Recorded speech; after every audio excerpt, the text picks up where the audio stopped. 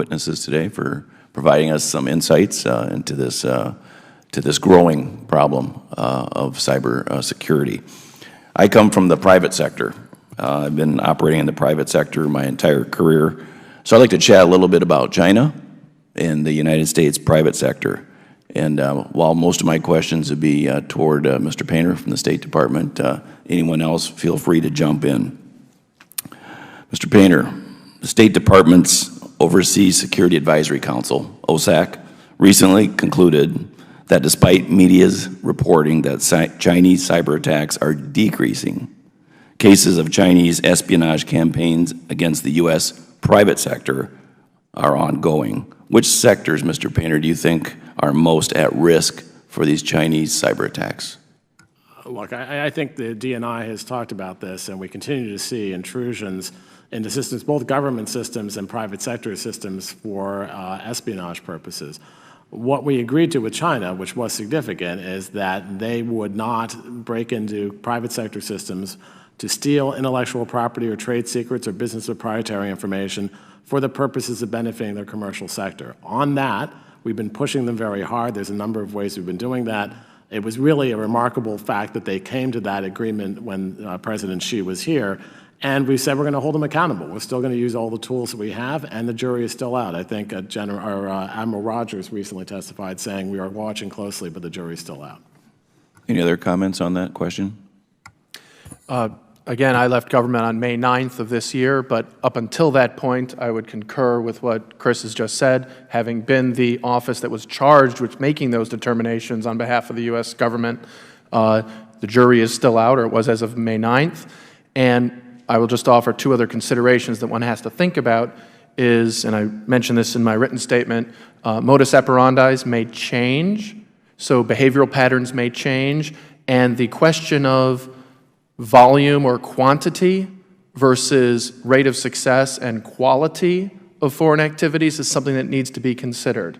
So I would recommend that if that is an issue that is of interest to you, sir, that's probably better for closed hearings with my colleagues or others from the intelligence agencies in the future, but asking what the current impacts are and what, if anything, has changed and metrics, that kind of attribution analysis is very, very difficult, and you quickly get into classified discussions. But it's a worthwhile question and one we grappled with for my 5 years at ODNI. Mr. Singer. If I understood your question, it was, in essence, who's being targeted, and it's a confluence of two factors. It's one, what are their national priorities for economic success? To put it another way, what industries do they want to be global leaders? And those are industries that have been most targeted for intellectual property theft in the past. The agreement may change that. And the second is vulnerabilities. Where are the weak links and who are they able to get into? And that again points to the value of a resilience-based strategy where it's effective, be it against the threat of intellectual property theft to the threat from cyber terrorists to China in a military means. Good defense actually is good defense. Well, Mr. Painter. And I would certainly agree with the hardening the target issue, which we've raised a number of times. But I also say it's not just the U.S. So one of the important things is a lot of other countries have raised this concern. The U.K. has raised it, Germany has raised it, and others. And the G20 statement that I talked about, where there was an affirmation among the leaders of the G20 that this conduct was impermissible, I think is also important. It sets a metric that we can hold people accountable by. Relative to China, and since we're talking about cyber attacks in the private sector, one would think the reason for China doing this would be economic. But is there any military reason China would be attacking our private sector? Maybe Mr. Hughes would have some insights into this. Or what are your thoughts? Are these attacks, cyber attacks, mainly private sector economic, or are they also military? I think they're probably targeting our private sector companies to enhance their national security apparatus as well. I'm sure that some of our defense industrial-based companies are being targeted by the Chinese to benefit their military development and advancement of their technologies. Mr. Painter, any other insights on that? No, I would agree. I would think that you'll see, just as the DNI said, a full spectrum of targets given the information that's out there. Have, in fact, China's cyber attacks, the amount of them decreased over the last 5 years? Is that a fact? I would defer to that question to the closed hearing and to the intelligence community. I would agree with that. I think that would be a ripe subject for the closed hearing. What I can say is in terms of the theft of intellectual property for commercial purposes, as Admiral Rogers said, the jury is still out on that, and I believe the DNI said that too. But with respect to any more detail, we can get that into another setting. Mr. Singer? As to the question on the goal of intellectual property theft not just being economic, it definitely has a national security side, and the easy answer to you would be Google images of F-35 and J-31, and you will see a remarkable similarity between our most expensive weapons project and their new jet fighter system. And they either it's coincidentally they look alike or there's something else going on. What can Congress do to provide additional deterrence to countries like China, as far as maybe criminal law, for example? What more can we do? What are your suggestions? And I'm thinking of China specifically here, but it applies to all nations, obviously. Here's your chance. Here's your chance. Tell us what to do.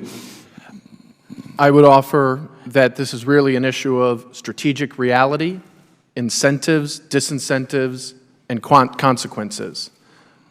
We've talked about attribution, public attribution, and that there may be no bite behind a bark. I would offer you have to look at very complex bilateral relationships, certainly if you're talking about the United States and China, but also with other countries, and ask what would strategically incentivize or decentivize changes in behavior.